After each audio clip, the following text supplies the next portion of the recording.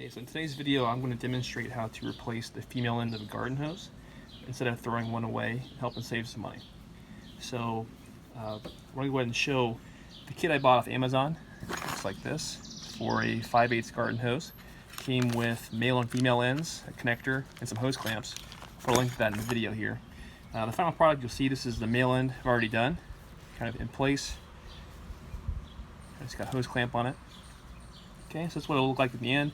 Very similar procedure for how to replace the male end, what I'll show today in the female version. Okay, so in our kit, we're going to be using a barbed end, which you can see here. It'll go into this threaded portion. All you got to do is just drop it in. So like that. Okay. One thing I recommend that you do is you go ahead and place your hose clamp on your hose before trying to get this on. So I've already done the cutting part of it. Wanted to show what the exact issue was. So with our female end here, you can see where I had a leak. As tight as I got it, still leaked. And it's because water was coming out of this portion here where they meet. No real good way to fix that.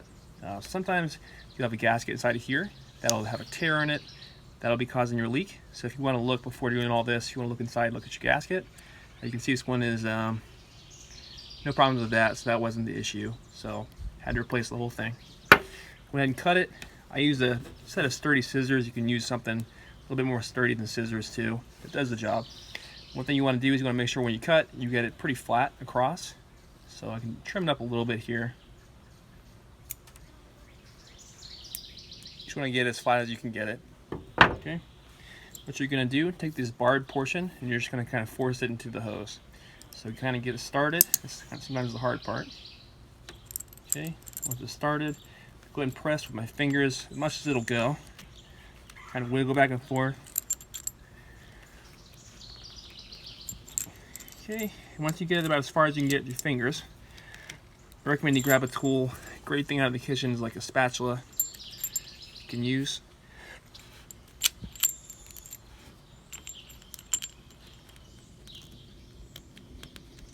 And just kind of work it on there.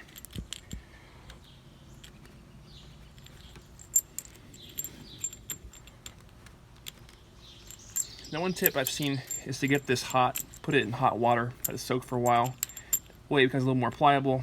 I knew that today, but it's something that could help too if you have trouble getting this on.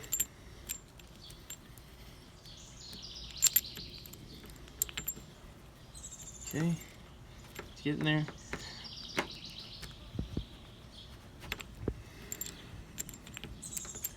Almost. And I'm going to go till this is flush or close to it.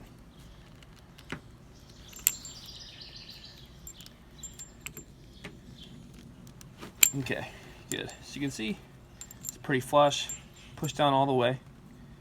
So I'm going to do that hose clamp that was already on.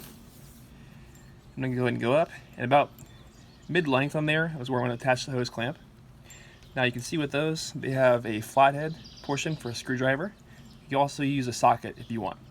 I'll use a flathead screwdriver in this case. And just go ahead and tighten this down until it's pretty snug.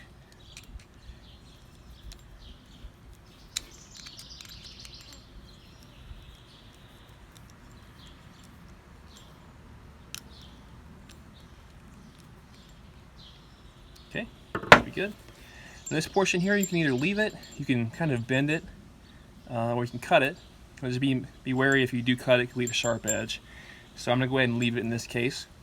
But either way, check there. Okay, you kind of see the end result there.